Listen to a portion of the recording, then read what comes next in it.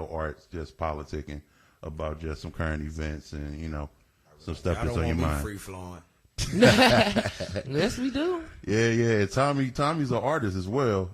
So we may get to highlight, I don't know, we're going to have to find some music that's semi-edited, but definitely highlight some of Tommy's music today as well to feature, you know, since he's in the studio. Yeah, that's cool. So, Tommy, how you feeling this morning, brother? I'm feeling great. Yeah. It's gloomy. It is kind of unfortunate that the rain came today with the events plan, but I actually needed the rain. Yeah, man. Had some plants kind of going down, had some elephant ears. I be forgetting to water my plants all the time in between walking my dogs and watering my plants and life. Yeah. So plants. So I would take it. I would assume that you got a green thumb. You do some of the gardening and, correct, you know, some not agriculture. What's the word I'm looking for? Horticulture. Mm-hmm. Okay. Tell the people a little bit about that and how long you've been, you know, into that. Basically, I've been growing for probably maybe about seriously 5 years. Oh wow. So that's what's up. I've been growing mainly food. This year, no, I'm gonna say maybe last year I started maybe indulging into the more of just foliage plants, beauty, non-edible. So, you know, I'm that's cool. I my always way want around the the garden. board. Yeah, man. Yeah, Tommy be getting it in. I need to get some tips from you. All my stuff be dying. The best I'm tips a horrible plant is on person. YouTube and Google. Everybody say that. They tell once you start growing, then the questions come. So right when you're like, oh, what's going on with this leaf? Like type it in, like exactly what it'll pop it had up. that problem. You'd be like, wow, everybody had this problem. It'd be forums and all type of stuff. So wow. Now, Tommy, what was your just so the listening audience can know, what was your motivation for really getting into the growing? Was there a life event that really kind of triggered and said, man, I'm gonna try this out, or was it a recreational thing? Like, was there any one thing in particular? All right, so this might sound a little odd. I did it was the trial free version of the Ancestry.com, and on the census in thinking like 1938, it was in the 30s. Majority all my people that they were on the census report, they were sharecroppers, but they wrote down farmers. I mean, they knew how to farm. I didn't know how to do that, so I'm like, why do I not know how to do that? So it was something that I, kind of wanted to get in touch with, to kind of get in touch with my ancestors, my blood ancestors. Cause, that's what's up. Some things, we improved on learning how to read such and such, but we lost some of those. Yeah, definitely. Skills. Practical skills, survival skills. Right, growing your own food and things like that. So what have you grown as far as food?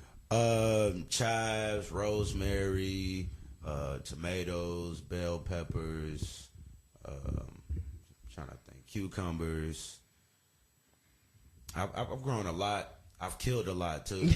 I mean, it's kind of like if you know how to barbecue, you burn up a lot of meat before you actually come up with your secret sauce and all that other stuff. So I done killed a lot of plants, or mistreated or abused a lot of plants, but it comes with the territory. With skilled sellers don't become skilled from smooth water. So, you have to learn from being in the rough water too. So now I know we're going to touch on some other things, but I kind of want to stay on this for a minute.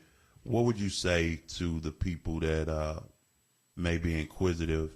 They may say, well, I don't know anything about farming or gardening, rather. I don't have a lot of land. I don't even know where to start. What advice or insight would you give those individuals? Start small. A lot of people want to, bite off more than they can chew. Even if it's just a plant in the window, start small with just one. If you can do one, then you can do two. You do two. Just try to baby step yourself. Don't try to, do a whole garden 4x4 raised bed if you never grew one plant. Just do one plant, something simple that doesn't bloom. Maybe just like some chives or something simple, that really doesn't bloom, just a straight leafy plant, so that's what I would, something that build your confidence up. So. Now, if people wanted to, say, get some advice from somebody that's done it, would you be willing and available to, if people reached out to you to, give them some insight, or maybe even, show up in the presence and work with them on getting started? Or depending on the circumstance or the situation, most definitely I don't mind helping at all, or lending information. I also got a website where I do have some growing information. However, like I said, the internet is still a good tool as well, but most definitely I do not mind working, especially with our people, on these vital need-to-know skills. And, once you actually learn, you realize that the plants grow themselves. You just need to make sure they're getting water, or I was just getting ready to ask about that, because I'm bad with like living things other than my children. Living things, like for real, like they like more than enough. So like any living thing I get, it always like die. Like we had fish and plants and well, no, I'm not gonna say dogs didn't die. I gave them away because I didn't have time. No, because I didn't have time. Feeding them hot dogs. See, okay, we had some beta. We had beta fish. Now, have you had fish before? No, okay, when I bought this beta fish, this weirdest thing, the guy told me to feed it first of all, he told me to change the water like every hour, like once a day or something like that. And then he was telling me don't feed them too much because they'll explode and they'll blow up. And I think that's kind of what we did, but we only fed it like every so often, and it still blew up. So I don't know. I'm like, it don't take much, I guess. Right, and I'm like, it was just pieces of it floating in the water. I'm just like, what in the heck did we do? Man, that was a traumatizing. Oh my God! Right, I had to. Because I bought it for my son, so I'm trying to let him take care of it too, help me. And then it's like, oh my God, I don't want him to know it died, and he, trying to help me take care of it. It was just horrible. I was just like, and then I bought like 3 of them because I'm like, we're going to try this again. Like, I was being persistent. So you should have been buying like fish you eat, like catfish or tilapia. Right, because if it's something that you like, or with plants, like, I wouldn't advise you grow something that you don't care about, because it will just sit on the windowsill and you will forget about it, and you will walk past it. I was just going to ask you, like, what type of plants are like low maintenance? Like, you don't have to do a lot. Palms are like low maintenance. Is that because I'm assuming they don't require a lot of water? Right. Yeah, I think I didn't water a palm. I don't want to be lying, but I literally think for at least a month. I forgot I had put it in the back room in the windowsill, and so happened I went back there to clean the windowsill, and I'm like, oh, there go my plant. It was definitely dry, but it's not dead. It wasn't pretty, but it wasn't dead. So, that would be one, but again, as palm, it's not really. I mean, yeah, right. It's a good plant to have for breathing, but it's not the best. You'd be better off getting, I don't know, maybe aloe vera, something else. Oh well, what's the eucalyptus? Okay. I'm gonna try my hand at gardening. Yeah, you gotta get our. I do. We used to, when I was young, we had a garden in our backyard. My father, he was big into that too. Just big into us learning how to do everything for ourselves. So we had a big backyard. So we started gardening. Like, we grew cabbage, tomatoes, and cucumbers, and like we grew a lot of stuff. So I did it when I was younger, but just now, busy with our kids, it just seemed like it's a lot to keep up with. But I do want to get back into it though. You can grow indoors too, not necessarily just on your windowsill, like you're saying with tomatoes. It's maybe late in the season to start a tomato unless it's already a well-vegged plant. But if you want to do tomatoes indoors, or zucchini indoors, or peppers indoors, you can do it with fluorescent lighting, CFL lights. There's stores that cater to hydroponic gardening, Right. which Yeah, is I've something seen that that we before. need to do as well. Because I mean, that's 365 harvest. That's what we getting at the grocery store. Yeah. They have indoor greenhouses and things of the nature that keep their supply 365. They trying to get their bread, so they can't Right. wait on the sun. Now, one of the things April mentioned was her father instilled in her and her siblings early on the need to basically just learn some practical skills, learn a little bit of everything.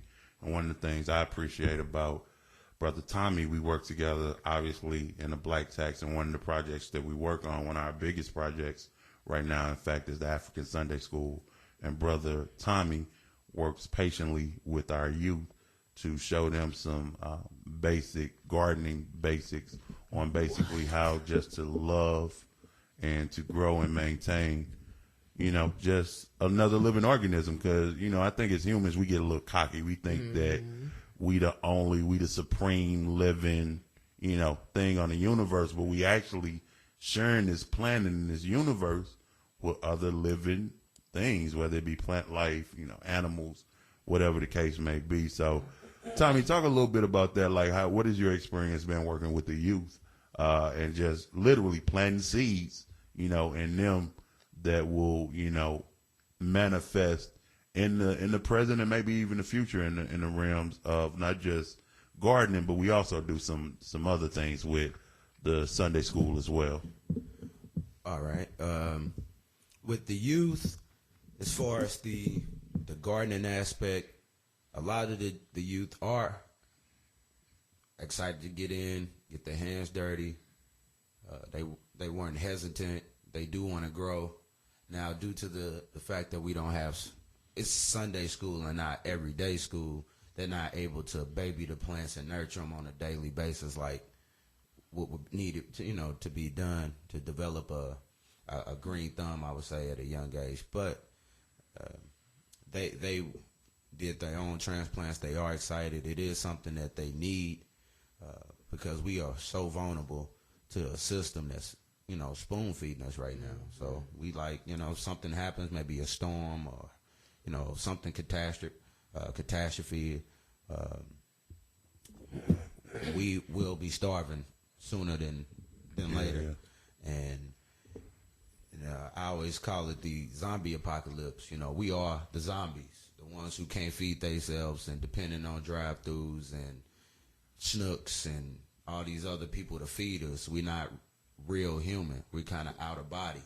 And the real people are the ones who can get something out the mud, grow food, hunt, fish, just the simple things, even retrieve clean water, purify. Like a lot of people don't even know, to boil the water. So I know with the children, just giving them that information is good, but we also have to kind of find a way to make it relevant to their everyday life because, they're doing it as fun, which is definitely good. You want them to find, some type of entertainment in gardening, but you also want them to know, like, no, I need this. This isn't like fun. This is like fun, but it's also like a necessity. And the only way to kind of do that is to implement it into their daily life. So I hear basically survival. It's a means of if the stores shut down today, how you gonna eat? A lot of communities we see are food gardens. Just knowing how to grow some of your own basics. I also see a entrepreneurial and enterprising element in that.